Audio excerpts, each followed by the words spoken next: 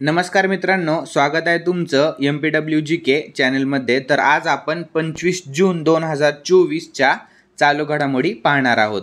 तर यामध्ये आपण एकूण 15 प्रश्न घेणार आहोत। ठीक आहे, तर 15 प्रश्नांचा हा व्हिडिओ बनणार आहे। तर पहिला प्रश्न, नुकताच संयुक्त राष्ट्र लोकसेवा दिवस कधी साजरा करण्यात आला? तर याचे ऑप्शन्स राहतील ऑप्शन ए 21 जून, ऑप्शन बी 23 जून, ऑप्शन सी 22 जून आणि ऑप्शन डी यापैकी नाही। तर मित्रांनो, याचे बरोबर उत्तर राहील ऑप्शन बी 23 जून रोजी। तर याचे आपण महत्त्वाचा पॉईंट्स देखील काढलेले आहेत। तर पॉईंट पाहून घेऊयात। संयुक्त राष्ट्र सार्वजनिक सेवा दिवस दरवर्षी 23 जून रोजी साजरा करण्यात येतो। हे जगभरातील सर्व क्षेत्रांच्या विकासात सार्वजनिक सेवेचे योगदान आणि भूमिका अधोरेखित करते। United nations public service day हा समुदायासाठी सार्वजनिक सेवेचे मूल्य आणि सद्गुण साजरा करतो। विकास प्रक्रियेत नागरी सेवेचे योगदान हायलाइट करते। ठीक आहे, सार्वजनिक सेवकांचे कार्य ओळखते आणि तरुणांना सार्वजनिक क्षेत्रात करिअर करण्यासाठी प्रोत्साहित करते। तर हे संयुक्त राष्ट्र लोकसेवा दिवस ह्याचे वैशिष्ट्य आहेत। तर ह्याच्यामध्ये आपण महत्त्वाचे पॉईंट्स काढलेले आहेत। ठीक आहे, तर दुसरा प्रश्न बघून घेऊयात आपण। प्रश्न दुसरा, इन्फ्रारेड प्रकाश दृश्यमान करण्यासाठी शास्त्रज्ञांनी अलीकडे कोठे एक उपकरण विकसित केलेले आहे?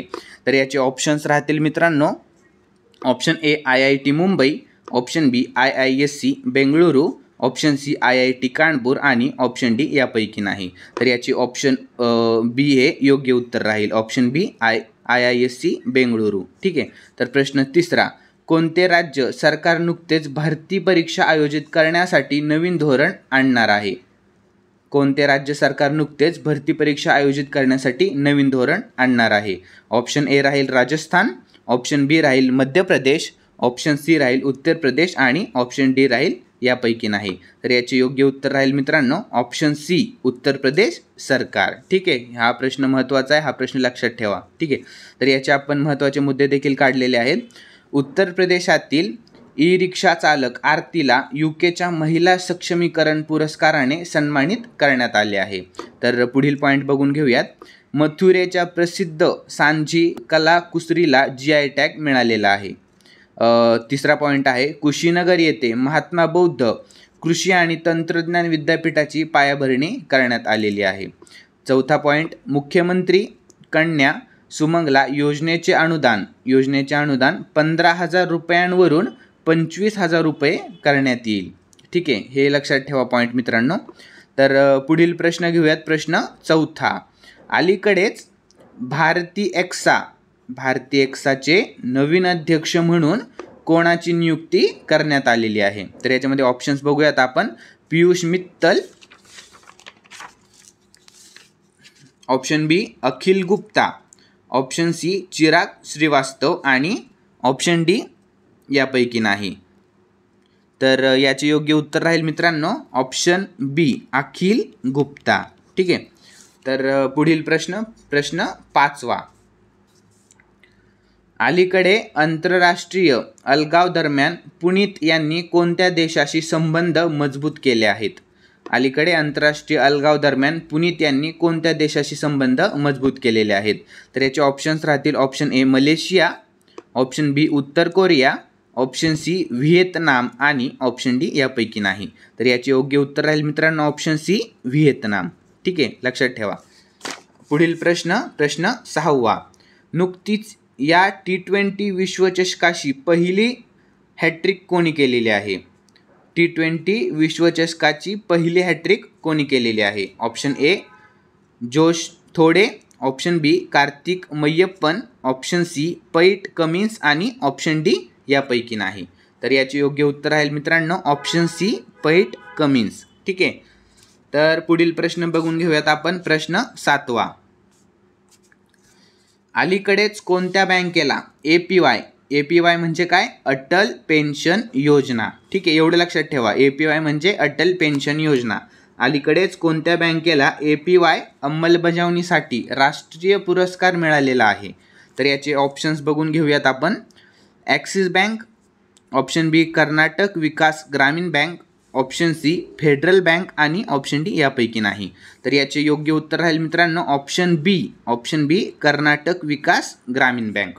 लक्षात ठेवा, कर्नाटक विकास ग्रामीण बँकेला APY अटल पेन्शन योजना अंमलबजावणीसाठी राष्ट्रीय पुरस्कार मिळालेला आहे. ठीक आहे, चला पुढील प्रश्न बघून घेऊयात. प्रश्न 8वा. अलीकडील अहवालानुसार 2023 मध्ये भारतातील FDI मध्ये किती टक्के घट झालेली आहे? प्रश्न 8व्यामधला, अलीकडील अहवालानुसार 2023 मध्ये भारतातील FDI मध्ये किती टक्के घट झालेली आहे? तर ऑप्शन ए आहे 37%, ऑप्शन बी आहे 22%, ऑप्शन सी आहे 43% आणि ऑप्शन डी आहे यापैकी नाही. तर याच्यामध्ये 43% घट झालेली आहे. Option C 43%. ठीक आहे, एवढं लक्षात ठेवा मित्रांनो. 2023 मध्ये भारतातील FDI मध्ये 43% घट झालेली आहे. चला पुढील प्रश्न बघू. प्रश्न 9वा. लक्ष्मीकांत दीक्षित यांचे नुकतेच निधन झाले, ते कोण होते? तर लक्ष्मीकांत दीक्षित जर तुम्हाला माहीत नसतील तर तुम्हाला सांगतो. ऑप्शन्स घेऊयात अगोदर. ऑप्शन ए गायक, ऑप्शन बी पुजारी, ऑप्शन सी पत्रकार आणि ऑप्शन डी यापैकी नाही.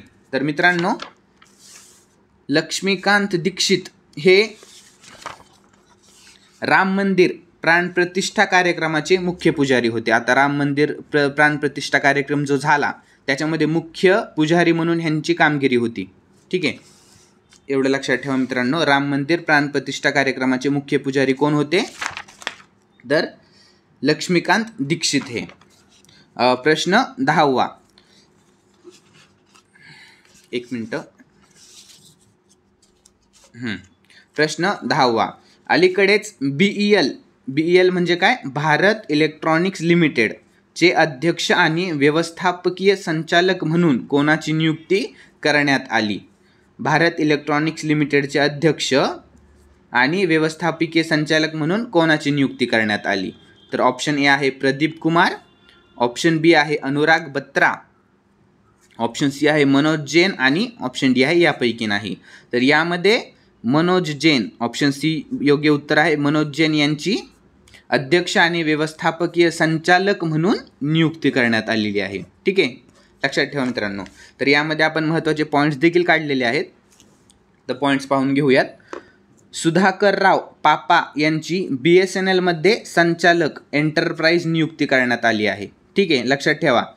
गृह मंत्रालयाने दिल्ली महानगरपालिकेचे आयुक्त म्हणून अश्विनी कुमार यांची नियुक्ती केली. गृह मंत्रालयाने दिल्ली महानगरपालिकेचे, ठीक आहे, दिल्ली महानगरपालिकेचे आयुक्त म्हणून अश्विनी कुमार यांची नियुक्ती केली. पॉईंट 3रा. धनलक्ष्मी बँकेने व्यवस्थापकीय संचालक म्हणून अजित कुमार KK यांची नियुक्ती केली. कोणी? धनलक्ष्मी बँकेने व्यवस्थापकीय संचालक म्हणून. ठीक आहे. तर पुढील पॉईंट, अनुराग बत्रा यांची इंटरनॅशनल टेलिव्हिजन अकादमीचे सदस्य म्हणून निवड झाली. कोणाची? अनुराग बत्राची. पुढील पॉईंट, जे श्यामला राव यांची तिरुमला तिरुपती देवस्थानच्या नवीन कार्यकारी अधिकारी म्हणून नियुक्ती करण्यात आलेली आहे. कुठं? जे श्यामला राव यांची तिरुमला तिरुपती देवस्थानच्या नवीन कार्यकारी अधिकारी म्हणून. ठीक आहे, पॉईंट लक्षात ठेवा. वाटलं जर नोट करून पण ठेवा तुम्ही, महत्त्वाचे पॉईंट्स. पुढील पॉईंट आहे, उपेंद्र द्विवेदी यांची नवीन लष्कर प्रमुख म्हणून नियुक्ती करण्यात आलेली आहे. लष्कर प्रमुख म्हणून कोणाची नियुक्ती केली आहे? उपेंद्र द्विवेदी यांची.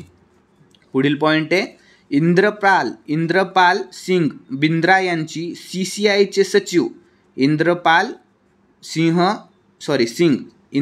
सिंग बिंद्रा यांची CCIचे सचिव म्हणून नियुक्ती करण्यात आलेली आहे. लक्षात ठेवा. पुढील पॉईंट, राजप्रिया सिंह यांची ग्रामीण विकास विभागाच्या संचालकपदी नियुक्ती करण्यात आलेली आहे. संचालकपदी नियुक्ती कोणाची केली? राजप्रिया सिंह यांची.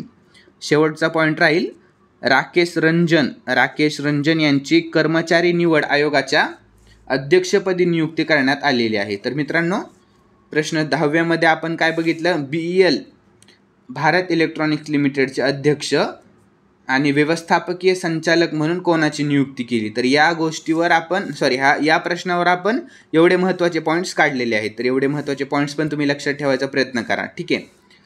प्रश्न 11वा. पुढील प्रश्न, आरोग्य क्षेत्रात सुधारणा करण्यासाठी भारत सरकारने अलीकडे कोणासोबत करार केलेला आहे? आरोग्य क्षेत्रात सुधारणा करण्यासाठी भारत सरकारने अलीकडे कोणासोबत करार केलेला आहे? तर यामध्ये ऑप्शन्स राहतील. Option A ADB, option B NDB, option C जागतिक बँक आणि ऑप्शन डी यापैकी नाही. तर ह्याचं उत्तर योग्य उत्तर राहील ऑप्शन ए ADB. आता याचे आपण महत्त्वाचा पॉईंट पाहूयात. भारत सरकारने अलीकडेच एशियन डेव्हलपमेंट बँक, आता ADB बँक म्हणजे काय? एशियन डेव्हलपमेंट बँक, इथं लॉंग फॉर्म आहे त्याचा, सोबत 170 दशलक्ष धोरण आधारित कर्ज करारावर स्वाक्षरी केली, ज्यामुळे भविष्यातील साथींच्या रोगांना प्रतिसाद देण्यासाठी आरोग्य क्षेत्रातील भारताची तयारी आणि क्षमता वाढेल. ADBची स्थापना, आता हे पण लक्षात ठेवा, ADBची स्थापना 1966 मध्ये झाली. तिचे मुख्यालय मनिला, फिलिपिन्स येथे आहे. स्थापना कधी झाली? 1966 आणि मुख्यालय कुठं? मनिला, फिलिपिन्स. ठीक आहे. पुढील प्रश्न पाहूयात. प्रश्न 12वा. 2036 ऑलिम्पिकच्या यजमानपदाचा दावा कोणता देश अलीकडे करेल? 2036च्या ऑलिम्पिकच्या यजमानपदाचा दावा कोणता देश करेल? तर याच्यामध्ये ऑप्शन्स आहेत मित्रांनो. ऑप्शन ए फ्रान्स, ऑप्शन बी आपला भारत देश, ऑप्शन सी ब्राझील आणि ऑप्शन डी यापैकी नाही. तर याचे योग्य उत्तर राहील मित्रांनो आपला ऑप्शन बी भारत देश. लक्षात ठेवा. तर याचे पण महत्त्वाचे पॉईंट्स काढलेले आहेत आपण. भारत जगातील तिसरा सर्वात मोठा एअरलाईन मार्केट बनला आहे. जगातील तिसरा सर्वात मोठा एअरलाईन मार्केट आपला भारत देश बनलेला आहे. हा लक्षात ठेवा. प्रश्न खूप महत्त्वाचा प्रश्न आहे मित्रांनो. पुढील पॉईंट. भारत आणि कंबोडिया दरम्यान थेट आंतरराष्ट्रीय उड्डाण सेवा सुरू झालेली आहे. भारत आणि कोणामध्ये? कंबोडिया दरम्यान आंतरराष्ट्रीय उड्डाण सेवा. ठीक आहे. पुढील प्रश्न. भारत बहुराष्ट्रीय हवाई सराव तरंगशक्ती आयोजित करेल. भारत बहुराष्ट्रीय हवाई सराव तरंगशक्ती आयोजित करेल. पुढील पॉईंट आहे स्वतःची खोल समुद्र मोहीम राबविणारा भारत हा 6वा देश आहे. खोल समुद्र मोहीम राबविणारा भारत हा 6वा देश ठरलेला आहे. पुढील महत्त्वाचा पॉईंट. भारत आणि UAEने स्थानिक चलन सेटलमेंट प्रणाली सुरू केलेली आहे. पुढील point. Bharat hockey men's junior world cup 2025 host करेल, म्हणजे करणारे. शेवटचा आपला ह्याच्यामधला पॉईंट बघून घेऊयात आपण. भारत प्रथमच कोलंबो प्रक्रियेचा अध्यक्ष बनलेला आहे. पुढील प्रश्न 13वा. अलीकडेच मोत्यांसाठी प्रसिद्ध असलेल्या 4थ्या शतकातील हरवलेल्या शहराचा शोध देशाच्या किनारपट्टीवर लागला. कोणत्या देशाच्या किनारपट्टीवर लागला? ऑप्शन ए आहे मालदीव, ऑप्शन बी आहे ऑस्ट्रेलिया, ऑप्शन सी आहे UAE आणि ऑप्शन डी आहे यापैकी नाही. तर मित्रांनो याचे योग्य उत्तर आहे ऑप्शन सी UAE. प्रश्न 14वा. नुकतेच IMC चेंबर ऑफ कॉमर्सचे अध्यक्ष म्हणून कोणी पदभार स्वीकारला? ठीक आहे. नुकतेच IMC चेंबर ऑफ कॉमर्सचे अध्यक्ष म्हणून कोणी पदभार स्वीकारलेला आहे?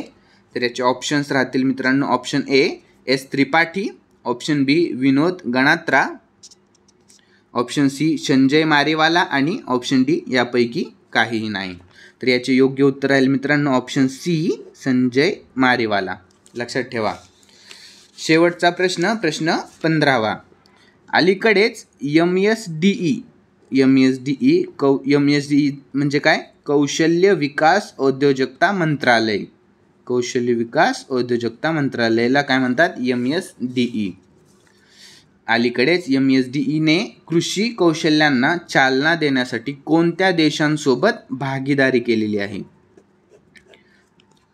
तर याचे ऑप्शन्स राहतील. Option A France, option B Australia, option C Brazil आणि एक मिनटं, ऑप्शन डी आहे यापैकी नाही. तर याचे योग्य उत्तर आहे मित्रांनो ऑप्शन बी ऑस्ट्रेलिया. तर शेवटच्या प्रश्नाचे पण आपण महत्त्वाचा पॉईंट काढला, एकच पॉईंट आहे तो पण पाहून घेऊयात. तर ब्लर झालं, हां आताही दिसेल. 21 जून रोजी भारतीय सागरी उत्पादने निर्यात विकास प्राधिकरण MPEDA चे अध्यक्ष DV स्वामी म्हणाले की UAE हा भारताचा नववा सर्वात मोठा समुद्री खाद्य निर्यात करणारा देश बनला आहे. DV स्वामी काय म्हणाले? UAE हा भारताचा 9वा सर्वात मोठा समुद्री खाद्य निर्यात करणारा देश बनलेला आहे. UAE ने भारताकडून 1.78 दशलक्ष मेट्रिक टन सीफूडची खरेदी केलेली आहे. तर हा पॉईंट महत्त्वाचा आहे मित्रांनो, लक्षात ठेवा. तर मित्रांनो, तुम्हाला जर आजचा हा व्हिडिओ आवडलेला असेल तर आपल्या व्हिडिओला लाईक करा, आपल्या चॅनलला सबस्क्राईब करायला अजिबात विसरू नका आणि आपल्या जवळच्या मित्राला हा व्हिडिओ शेअर करायला देखील विसरू नका. चला भेटूया नवीन व्हिडिओमध्ये. आजसाठी धन्यवाद.